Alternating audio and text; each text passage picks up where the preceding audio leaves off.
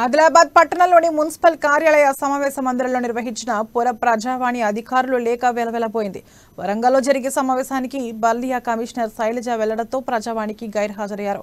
అటు మిగతా అధికారులు సైతం లేకపోవడంతో పుర ప్రజావాణి బోసిపోయి కనిపించింది. పట్టణంలోని పలు వార్డుల నుండి వచ్చిన అర్జీదారులు అందుబాటులో ఉన్న అధికారులకు వినతి పత్రాలు అందజేసి నిరాశతో వెనుదిరిగి వెళ్లిపోయారు. వచ్చిన అర్జీలను పరిశీలించిన అధికారులు వాటి పరిష్కారానికి కృషి చేస్తామని చెప్పారు.